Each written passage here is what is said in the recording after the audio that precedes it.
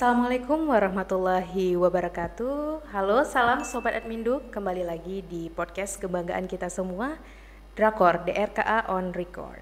Alhamdulillah, seperti biasanya bersama saya Zahra. Di depan saya sudah hadir hari ini ada dua narasumber. Alhamdulillah, beliau yaitu Kepala Dinas Registrasi Kependudukan Aceh, Bapak Dr. Handes Teku Syarbeni MSI, dan salah satu komisioner KKR Aceh, yaitu Ibu Yuliati SH. Mungkin tanpa memperpanjang lagi, langsung saja kita menyapa ya teman-teman Sobat Admindu. Assalamualaikum Bapak Ibu. Waalaikumsalam. Alhamdulillah. Apa kabar nih Pak hari ini Bu? Alhamdulillah. Sehat ya, semangat ya Bu ya, sehat. Alhamdulillah. Baik, mungkin terima kasih Bapak Ibu sudah hadir di podcast Dinas Registrasi Kependudukan Aceh. Dan mungkin Bapak ini bukan kali pertama ya Pak hadir di podcast. Ya, betul. Alhamdulillah, terima kasih Bapak sudah selalu mendukung dan memotivasi podcast Dinas Registrasi Kependudukan Aceh. Mungkin langsung saja ke Ibu Yuliati. Saya panggilnya siapa nih Bu? Bu Yuli aja. Oh Bu Yuli. Salam kenal Bu sebelumnya. Ya, senang.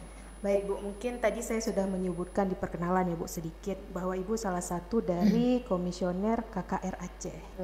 Nah, seperti yang kita ketahui bahwa kepanjangan dari KKR Aceh adalah Komisi Kebenaran dan Rekonsiliasi Aceh. Benar ya Bu ya? Ya, benar. Benar sekali. Nah, boleh nggak Bu sedikit diceritakan Bu, sebenarnya seperti apa sih KKR Aceh itu sendiri? Baik. Jadi bicara soal KKR ini, kita bicara soal latar KKR ini berawal dari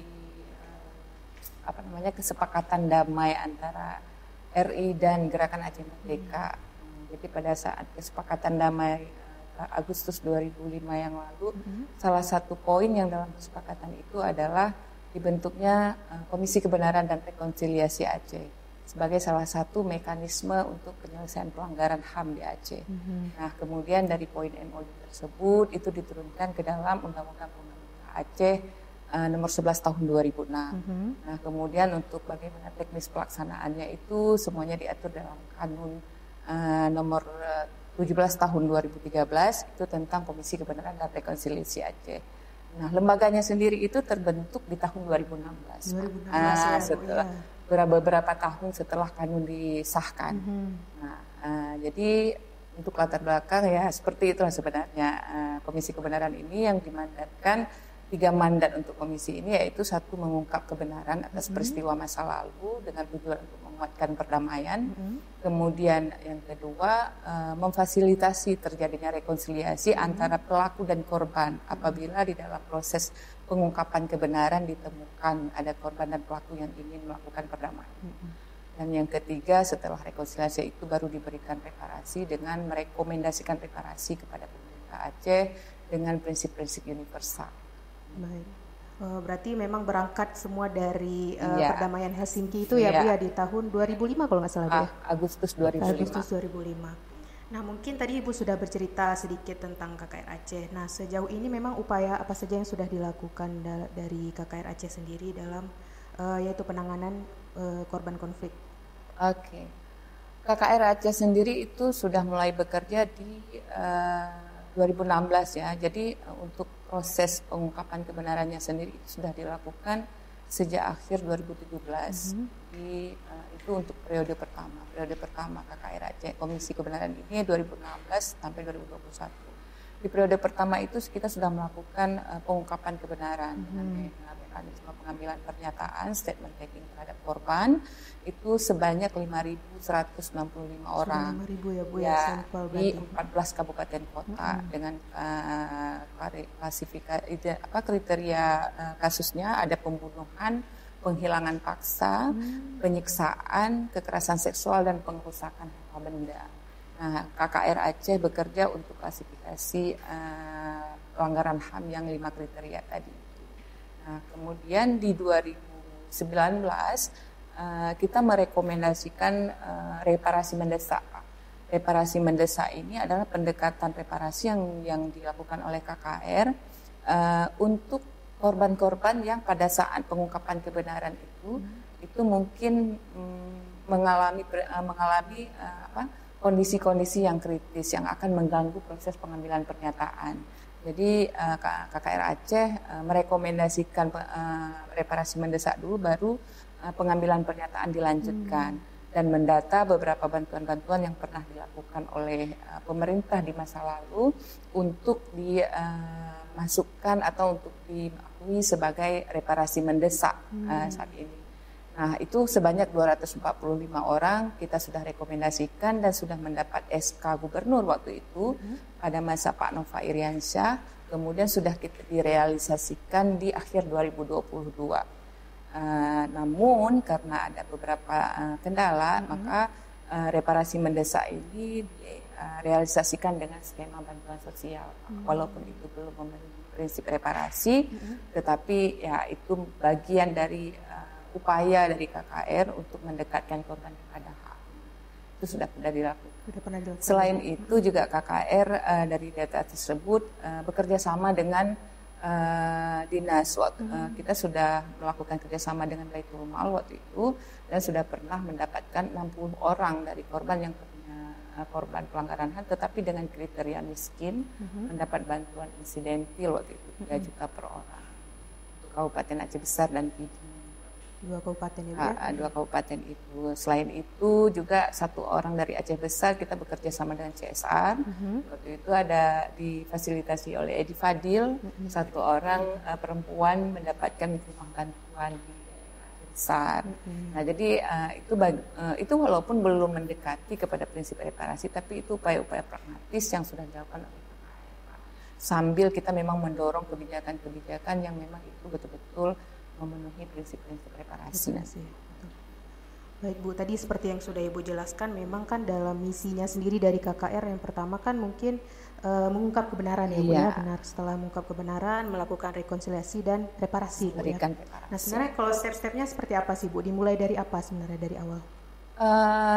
Kalau kita bicara kerja KKR, memang awalnya kan pengungkapan kebenaran karena reparasi dan rekonsiliasi itu tidak bisa dilakukan tanpa pengungkapan kebenaran. Betul. Jantungnya KKR itu memang pengungkapan kebenaran sebenarnya. Kenapa pengungkapan kebenaran? Karena memang kita memang harus mencatat peristiwa-peristiwa. Jadi bukan dalam hal mengorek luka lama, tetapi justru kita di sini fungsinya adalah untuk pengungkapan bahwa benar-benar terjadi peristiwa di masa lalu itu sebagai sebuah pembelajaran kepada generasi terdepan bahwa memang Aceh pernah punya sejarah yang luar biasa berkaitan dengan konflik. Jadi itu menjadi tahapan awal proses pengungkapan kebenaran. Betul. Yang kedua, setelah pengungkapan kebenaran dilakukan, kita melakukan analisis, Pak. Kita melakukan analisis. Nah, analisis yang kita lakukan itu kalau dia untuk rekonsiliasi, artinya kita melihat siapa korban dan pelaku dari hasil pengambilan pernyataan itu yang menginginkan untuk berdamai. Karena sampai saat ini ada temuan kita antara rumah korban dan rumah pelaku itu berdekatan, tetapi mereka tidak saling bicara. Ada keinginan di antara salah satunya untuk berbaikan. Karena pada apa? Karena mereka merasa pada saat terjadi konflik di masa lalu itu si pelaku karena melakukan hal tersebut karena memang ada unsur paksaan atau mungkin memang kalau memang itu mereka dari institusi itu memang suatu tugas yang harus dilakukan. Jadi ada hal-hal penyesalan mungkin yang mereka rasakan, mereka ingin berdamai pada saat ini supaya menjadi baik hubungannya. Itu kita analisis, kita lihat berapa orang yang bersedia, kemudian kita berikan pemahaman tentang rekonsiliasi yang sebenarnya itu apa.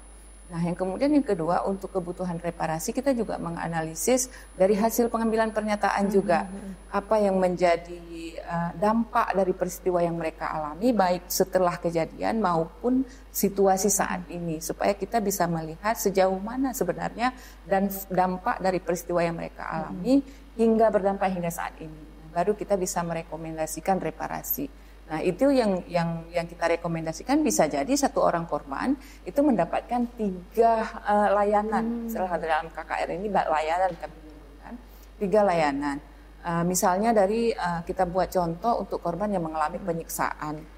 Mereka mengalami penyiksaan fisik misalnya karena penyiksaan yang dialaminya mereka tidak bisa bekerja. Akibat tidak bisa bekerja anak-anaknya tidak bisa bersekolah. Pada saat itu karena anak-anaknya tidak bisa bersekolah, apa yang dialaminya? Selain mereka miskin akibat konflik, anak-anak yang tidak bisa bersekolah hari ini yang sudah berumur dewasa tidak bisa mendapatkan lapangan pekerjaan karena mereka tidak punya ijazah segala macam, atau pada saat konflik itu mereka harus berlari pindah dari rumah ke rumah, jadi mereka memang tidak bisa bersekolah.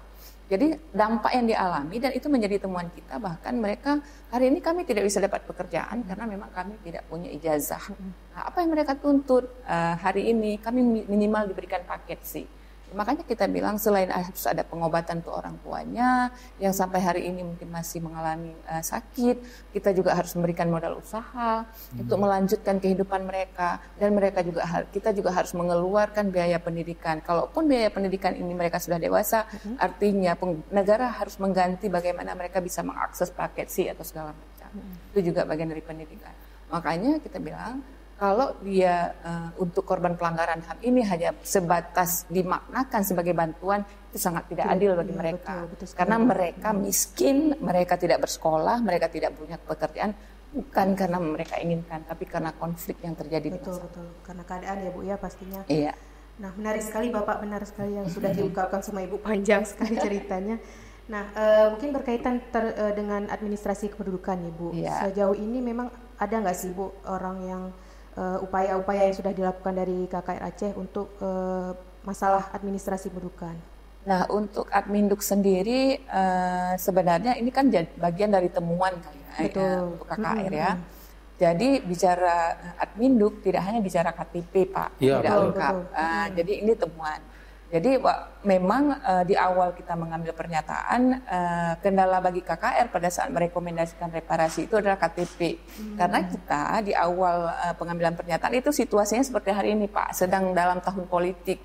Jadi kita membatasi petugas di lapangan untuk mengambil KTP dari si korban. Karena kita ada takut ada intervensi lain berkaitan dengan politik segala macam.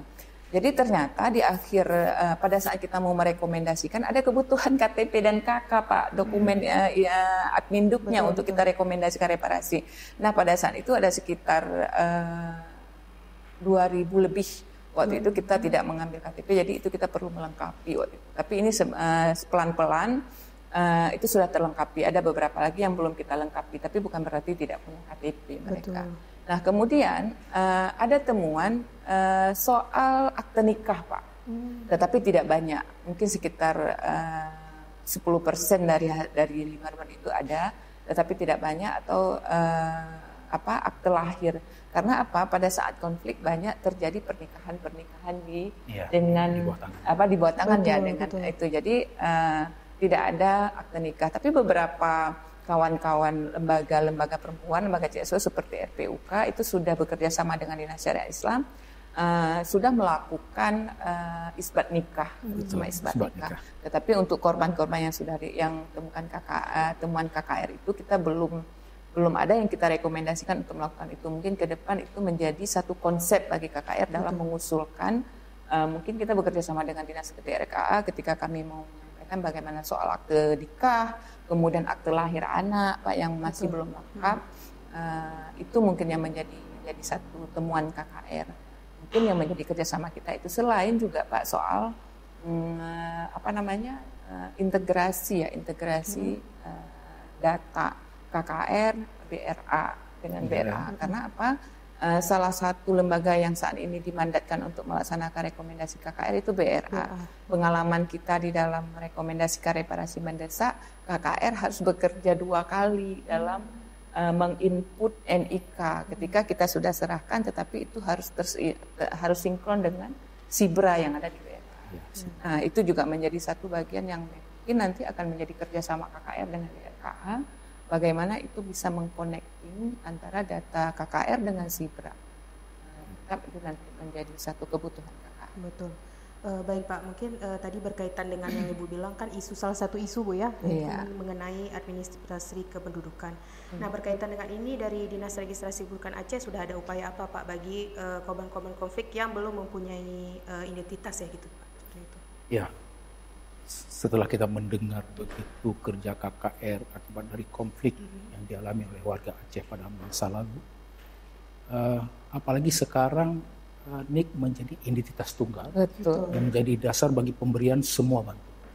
Nah, berangkat dari situ, kita memang mempunyai ketentuan dari Permendagri 96/2019 tentang penduduk rentan. Tapi itu memang tidak mengatur tentang bagaimana menangani penduduk rentan yang akibat dari konflik sosial yang sudah ada sebelumnya. Begitu juga dengan lembaga-lembaga yang dikerjasamakannya, itu artinya hanya lembaga-lembaga yang secara nasional terstruktur secara nasional.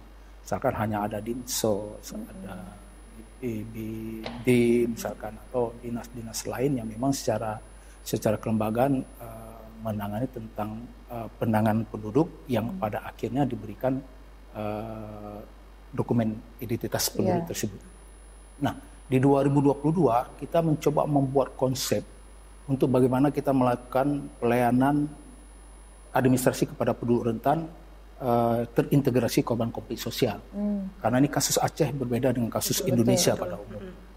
Nah, oleh karena itu setelah kita melakukan diskusi panjang dengan berbagai pihak terkait termasuk KKR memberikan masukan-masukan, maka di awal 2023 kita disetujui, maka terbitlah sebuah peraturan gubernur Aceh nomor 19 tahun 2023, yaitu pelayanan penduduk rentan administrasi kependudukan terintegrasi bagi korban konflik sosial di Provinsi Aceh. Jadi berangkat dari permasalahan khusus Aceh, di mana ada penduduk yang mungkin tidak ada data lagi. Betul. Tetapi keberadaannya atau ketidakberadaannya itu dibutuhkan dokumen oleh ahli warisnya. Nah, jadi kita ingin memfasilitasi supaya teman-teman di kabupaten kota atau teman Dukcapil kabupaten kota yang menerbitkan dokumen adminduk itu mempunyai dasar hukum. Karena selama ini tidak mungkin Dukcapil yang melakukan pendataan. Karena Dukcapil mempunyai keterbatasan, tetapi jika ada warga yang membutuhkan dokumen, maka Dukcapil harus memfasilitasi. Nah, jika ada data dari instansi yang lain, katakanlah KKR atau BRA yang membutuhkan identitas bagi penduduk atau ahli warisnya, maka dasar inilah Dukcapil akan bisa menerbitkan dokumen. Artinya data pembenaran itu ada dari instansi lain yang membenarkan benar dianya itu korban konflik. Oh gitu. Nah, kalau dia benarnya benar konflik, nanti kalau memang tidak ada data-data pendukung, si ahli waris katakanlah itu bisa mengisi formulir yang telah ditetapkan, tinggal memberikan itu, maka Dukcapil akan menerbitkan dokumen kependudukan. Misalkan sekarang ada anak yang orang tuanya tidak diketahui keberadaannya di mana. Misalkan apakah meninggal, hilang, atau mungkin ada di tempat yang lain. Nah, untuk mendapatkan status bahwa dia itu orang tuanya mendapat akte kematian misalkan, supaya anaknya mendapatkan beasiswa yatim misalkan, maka kalau ada dari pihak lembaga tertentu yang mempunyai dokumen tersebut, katakanlah mempunyai data benar bahwa orang tuanya korban konflik, dihilangkan dan sebagainya, maka bisa saja Dukcapil membantu bahwa menerbitkan akte kematian bagi orang tuanya. Begitu ya Pak ya. Nah, jadi supaya nanti si anak mendapatkan status yatim. Atau piatu misalkan. Nah, jadi nanti secara otomatis akan dapat digunakan oleh ahli waris misalnya ya, kita katakan ahli warisnya untuk berbagai kebutuhan lainnya. Yang kedua adalah sekarang semua berbantuan itu memang mensasar NIK. Betul. Kalau tidak punya NIK, itu tidak akan diberikan. Maka kita mempermudah kalau seandainya KKR katakanlah mempunyai data penduduk tersebut belum mempunyai NIK sebenarnya, atau belum punya kakak, sudah menikah tapi belum punya kakak, atau sudah punya kakak tetapi statusnya masih belum menikah dan sebagainya, maka kita akan bisa membantu memfasilitasi supaya dia mendapatkan NIK, mendapatkan KTP dan mendapatkan kakaknya yang bersangkutan. Nah, dasar inilah makanya teman-teman di kabupaten kota nanti akan bisa bekerja untuk menerbitkan dokumen kependudukan seperti itu. Betul. Mungkin tadi kita flashback ke belakang sedikit di zaman konflik, Pak. Memang ada beberapa oknum yang atau korban yang sengaja menghilangkan identitasnya, Bu ya, untuk satu dan lain hal. Nah, ini dari DRKA sendiri ada nggak Pak tindak lanjut untuk menangani kasus-kasus yang seperti itu? Ya, jika memang terdata dia tidak atau belum pernah melakukan perekaman, maka kita akan cek, kita uji dia dengan biometrik. Di mana sekarang dengan kecanggihan alat, kalau dia sudah pernah rekam, katakanlah dia pernah rekam di Aceh atau di luar Aceh sekalipun, dengan iris mata atau dengan sidik jari kita ketahui dia itu sebenarnya penduduk mana. Kalau dia belum pernah rekam. Kalau dia sudah pernah rekam, kalau dia belum pernah rekam, maka setelah kita cek dia memang belum pernah mendapatkan identitas, maka kita akan memberikan identitas dengan menerbitkan biodata NIK yang bersangkutan dengan penempatan sesuai daerah di mana dia tinggal. Ya. Nah, kalau kita kan terutama bekerja di Aceh, udah pasti nanti kita akan minta data penguat dari kecil sebagai warga dari sebuah kampung. Ya. Lalu kita akan terbitkan dokumen kependudukan yang dibutuhkan oleh bersangkutan. Apalagi kalau data dukung ada dari KKR misalkan, ada dari Dinsor misalkan. Sehingga kita bisa kembalikan dia ke posisi di mana dia sebenarnya bertempat tinggal. Nah, ini akan sangat membantu karena memang ada keluhan seperti itu, ada warga yang belum pernah direkam. Sehingga dia belum mendapatkan apapun dari pemerintah. Ya. Nah, malah kami di salah satu wilayah kami masih mendapatkan penduduk yang berKTP merah putih. Betul. Ada yang kuning lagi, Pak. Yang kuning, ya yang kuning ada juga. Kalau merah putih kan masa konflik dulu, setelah kita tahu itu kan. Dan setelah dicek memang yang bersangkutan tidak pernah mendapatkan apapun bantuan, padahal orang miskin. Ya. Nah, makanya ini proaktif dari berbagai pihak sebenarnya. Kalau ada data dari instansi yang mempunyai data bisa menginformasikan ke kita, nanti komunikasi dengan teman-teman di kabupaten kota, atau mungkin kalau ada kepala desa, camat yang mempunyai data juga bisa membantu hal itu supaya dia bisa kita berikan identitas yang secara otomatis jika ada instansi yang akan memberikan bantuan yang bersangkutan bisa mendapatkan bantuan. Ya, betul. Berarti memang posisi NIK atau dokumen kependudukan ini sangat penting ya Bu, menjadi dasar sekarang. Menjadi dasar untuk segala hal ya Bu, baik itu untuk rekomendasi dari bantuan dan lain sebagainya. Betul. Seperti yang Bu ceritakan tadi. Nah, mungkin tadi Ibu sudah menjawab juga ada berapa korban konflik. Dah boleh di-review sedikit nggak Bu? Kira-kira dari data KKR Aceh sendiri selama ini memang sudah berapa banyak korban konflik yang terdata di KKR Bu? Untuk periode pertama itu sudah kita data 5.166 orang. Dan itu memang data yang sudah kita serahkan. Ya. Betul. Sudah kita serahkan ke Gubernur Aceh, sudah kita serahkan ke DPRA. Kemudian bahkan kita sudah serahkan ke Wali Nanggro, terakhir kemarin kita bawa ke Menko Polhukam. Jadi data itu sudah kita serahkan ke pemerintah. Betul. Karena memang mandat karenanya pelaksana dari rekomendasi KKR ini adalah pemerintah pusat, pemerintah daerah, pemerintah provinsi dan daerah. Baik. Baik, Bapak tadi juga sudah menyinggung sedikit Pak tentang pergub yang dikeluarkan di tahun 2023 Pak ya. Ini termasuk aturan yang baru nih Pak. Ya, baru.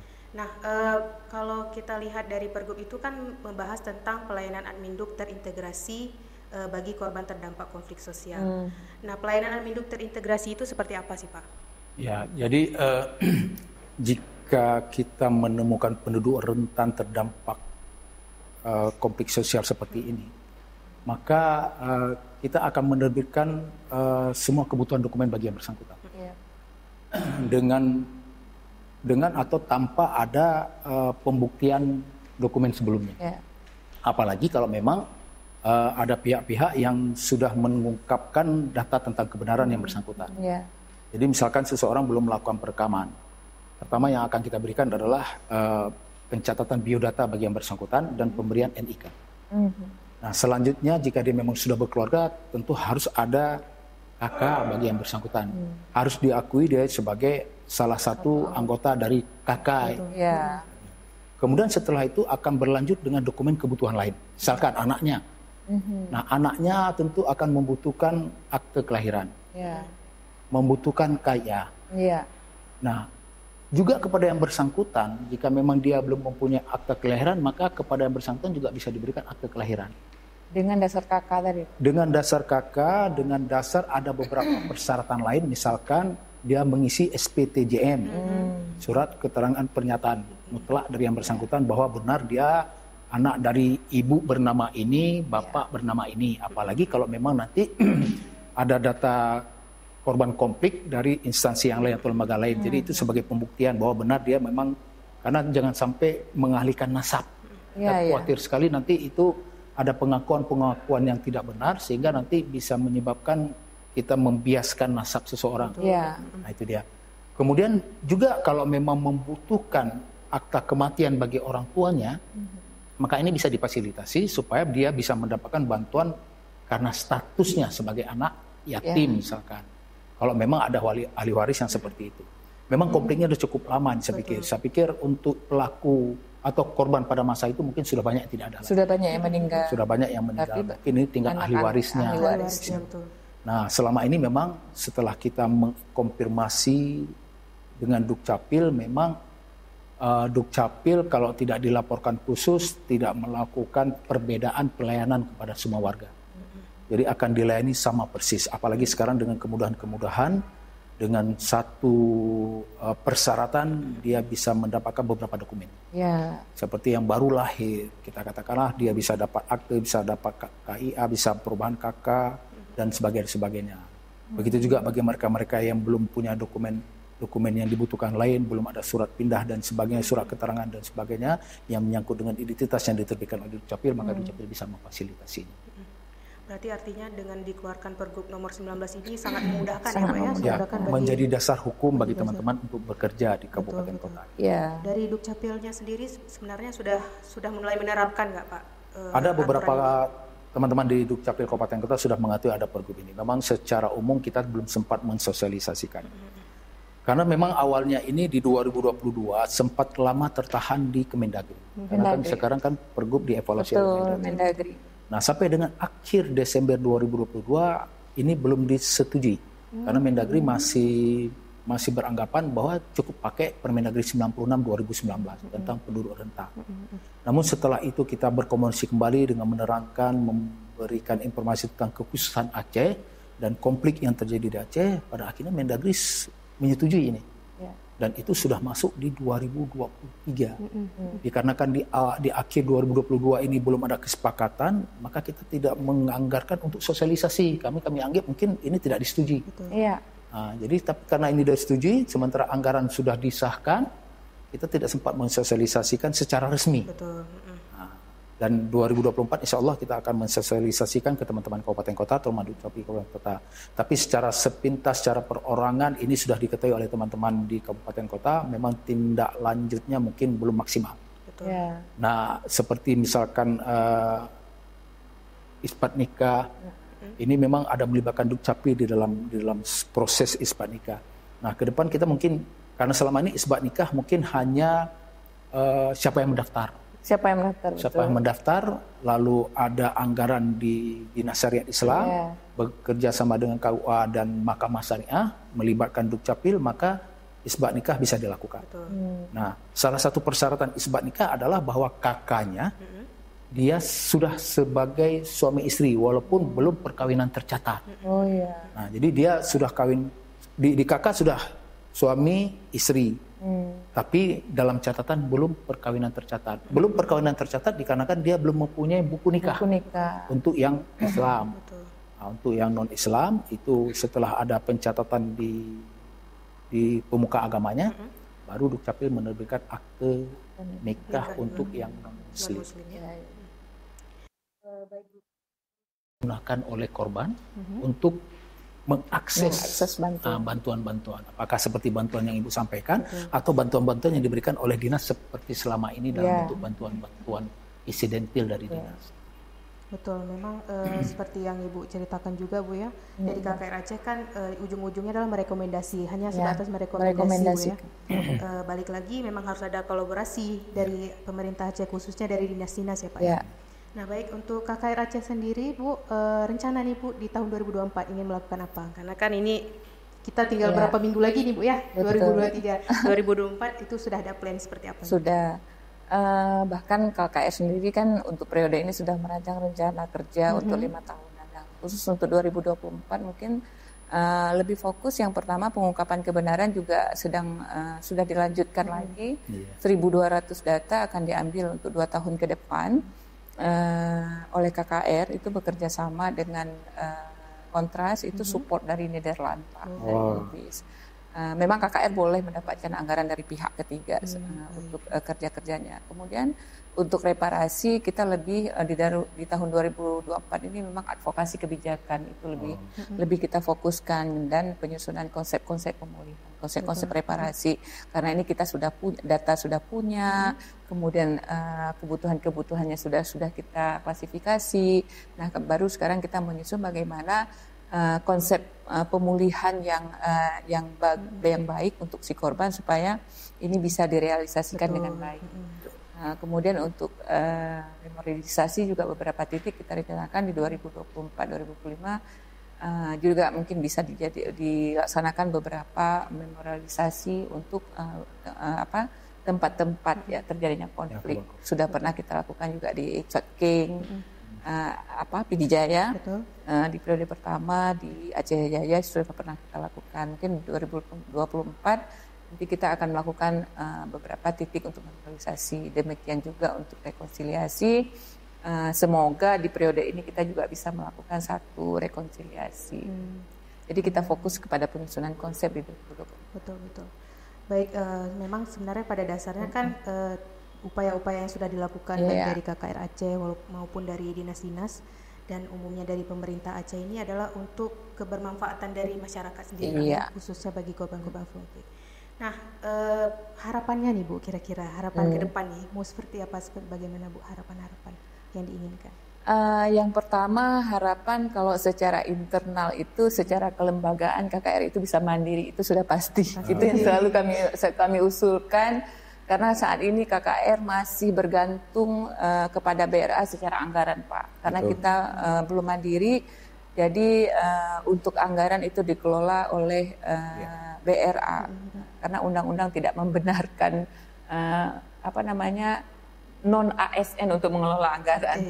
Ya, kemudian yang kedua mungkin yang paling kita harapkan adalah memang lahirnya sebuah kebijakan pelaksanaan reparasi baik di tingkat nasional maupun di tingkat di level Aceh karena peluangnya sebenarnya sudah ada setelah Kepres untuk kasus pelanggaran HAM berat ditetapkan sebagai mekanisme dilaksanakan dengan mekanisme non yudisial. Nah, berharap kebijakan khusus untuk rekomendasi reparasi KKR Aceh itu juga dikeluarkan atau disahkan baik di tingkat nasional maupun di tingkat provinsi. Kalau dari dinas sendiri Pak, ada nggak harapan-harapan khususnya bagi korban konflik ini Pak? Ya, kita pertama dukungan dari semua pihak. Betul. Supaya kita bisa memberikan dokumen kependudukan kepada semua warga. Yang kedua adalah kesadaran penuh dari warga sendiri. Jadi karena dokumen kependudukan itu sudah menjadi identitas yang diperlukan di segala ruang, maka kita berharap ada kesadaran penuh masyarakat untuk merasa penting memiliki dokumen kependudukan. Nah, yang ketiga kita memang berharap Dukcapil juga bisa memfasilitasi karena memang dokumen kependudukan itu hanya di tingkat kabupaten bisa diterbitkan, kita di provinsi hanya memfasilitasi, maka kita akan memotivasi teman-teman di kabupaten kota untuk bisa bekerja lebih giat lagi untuk melakukan jemput bola kepada seluruh warga, terutama mereka-mereka yang sulit mengakses layanan Dukcapil. Dan kita di provinsi juga akan memfasilitasi teman-teman di kabupaten kota untuk menuju ke daerah 3T misalnya. Terluar, terpencil, miskin. Kita akan fasilitasi dan biasanya memang korban-korban konflik itu mungkin banyak berada di daerah 3T. Betul, Pak. Karena mereka mungkin dengan situasi, kondisi pada masa itu, kemudian mencari keamanan yang jauh dari akses dari kota, sehingga mungkin selama ini mereka terabaikan. Dan tidak mendapatkan fasilitas dikarenakan memang tidak mempunyai identitas dan memang mungkin tidak ada lembaga yang mau memberikan bantuan. Ya. Nah, jika sudah ada data, saya pikir kita akan bantu memfasilitasi tersebut. Kita bisa menerbitkan dokumen kependudukan yang insya Allah itu dapat bermanfaat untuk mengakses semua bantuan. Insya Allah ya Pak. Insya Allah Bu. Alhamdulillah mungkin tidak terasa nih Bu Pak, kita sudah di ujung acara podcast, sudah lumayan nih Bu ya berbicara panjang lebar. Alhamdulillah memang banyak sekali ilmu-ilmu, khususnya bagi saya ini sendiri banyak sekali hal-hal baru yang saya dapatkan dari podcast kita kali ini. Baik, sebelumnya terima kasih Bapak Ibu sudah hadir, sudah memberikan informasi bagi teman-teman kita semua.